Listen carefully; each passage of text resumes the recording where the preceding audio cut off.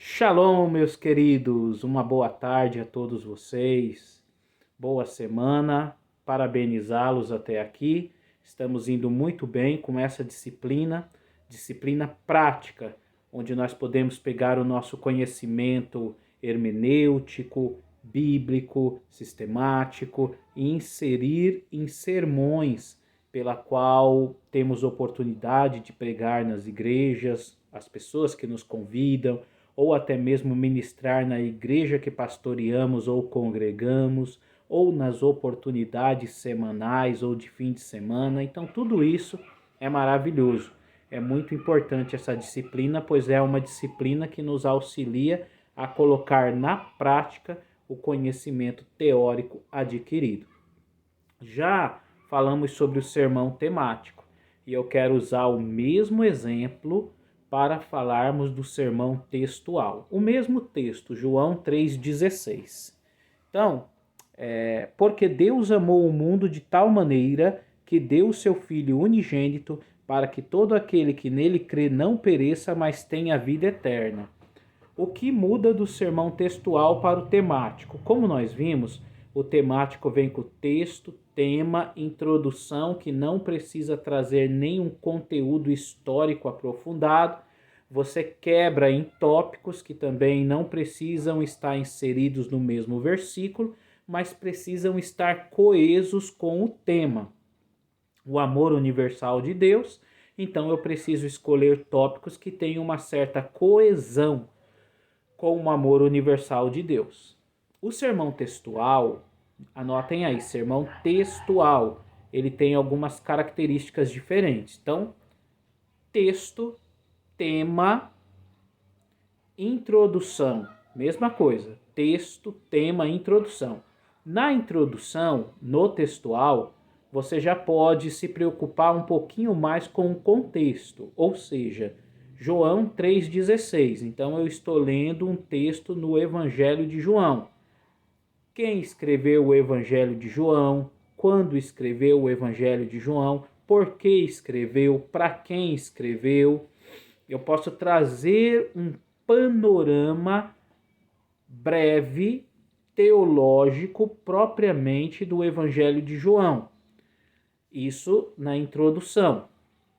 Uma coisa muito rápida, porque agora eu vou quebrar em tópicos. Só que esses tópicos, eles estão no próprio texto, por isso textual, percebam. Porque Deus amou o mundo de tal maneira, tópico 1, é um exemplo.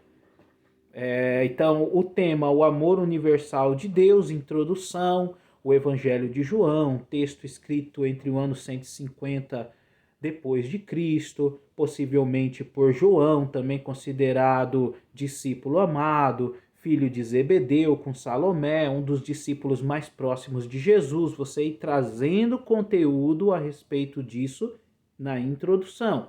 E agora, quando vem no seu tópico, vamos então quebrar em tópicos utilizando o próprio texto. Porque Deus amou o mundo de tal maneira. Ou seja, vamos explicar o significado do amor tal, esse amor imensurável de Deus. Uma outra questão, Deus amou o mundo. Né? O que significa a terminologia Deus amar o mundo? Ou seja, se o texto é escrito para um grupo específico, qual o significado próprio do Deus que ama o mundo? Isso é muito interessante, né?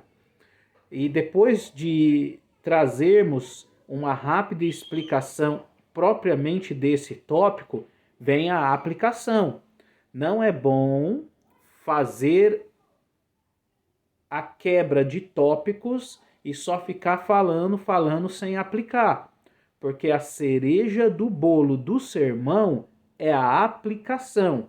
A cereja do bolo do estudo é o conteúdo que você traz profundo, que o seu público geralmente dirá: eu estou há 20 anos na igreja e nunca imaginei que o fundo da agulha seria talvez 2 rochas que um camelo carregado não passava. Ou seja, você trazer conhecimento histórico, cultural, político, geográfico, econômico. As 10 dracmas. Tem pessoas que acham que a dracma é uma espécie de talento, de dom que Deus deu. Na verdade, a dracma era uma moeda grega que valia um talento, né? O talento era uma moeda romana, valia um dia trabalhado. Então hoje, um dia trabalhado está em torno talvez de R$ 120, R$ 150, só um exemplo. Era mais ou menos numa profissão mais simples, claro, uma profissão mais simples, porque era isso, né? Ou seja, um denário romano ou um talento grego tinha a equivalência de um dia trabalhado. Então não era tão pouco, era uma moeda que valia um dia trabalhado. Mas é interessante, porque às vezes quando você traz essa informação, as pessoas, elas, nossa, né? Eu nunca imaginei que um talento seria uma moeda grega. Ou seja, é as informações extras que você traz no estudo que leva as pessoas a ter o conhecimento do conteúdo da determinada época, da determinada cultura. Você usa isso nos sermões, mas usa menos, porque você precisa direcionar as aplicações. Então, por exemplo, queridos, porque Deus amou o mundo, então explicar o que é Deus amar o mundo, explicar esse de tal maneira, bem interessante também, que deu o seu filho unigênito, já seria um segundo tópico, que deu o seu filho unigênito. Né? Então, falar sobre o filho unigênito de Deus entregue ao mundo como expiação dos pecados. Dá um sermão evangelístico muito lindo, né? Muito interessante. Tópico 3. Para que todo aquele que nele crê não pereça, mas tenha vida eterna. Então, consegui dividir em 3 tópicos, mas no próprio texto. Então, para que todo aquele que nele crê, então explicar o que é o crer em Deus, o crer em Jesus, para que essa pessoa não venha perecer e talvez explicar o que é a vida eterna. Ou seja, posso dividir em 3 tópicos, em 2 tópicos, em 5 tópicos utilizando o próprio texto, por isso o sermão textual. Porque Deus amou o mundo de tal maneira, tópico 1, um exemplo, que deu o seu Filho unigênito para que todo aquele que deu o seu Filho unigênito, pode ser o tópico 2, para que todo aquele que nele crê não pereça, mas tenha vida eterna, pode ser o tópico 3. Eu só estou dando um exemplo porque vocês podem dividir isso não só em 3, em 5, tudo depende. Você pode pegar palavras-chave, porque Deus amou o mundo, tópico 1. De tal maneira, tópico 2, que deu seu Filho unigênito, tópico 3, para que todo aquele que nele crê, tópico 4, não pereça, tópico 5, mas tenha a vida eterna, tópico 6. Explicar cada uma dessas divisões, aplicando, contemporaneizando para os dias de hoje. Então, o sermão textual, diferente do temático, é que os seus tópicos serão construídos a partir do próprio texto escolhido. Entende?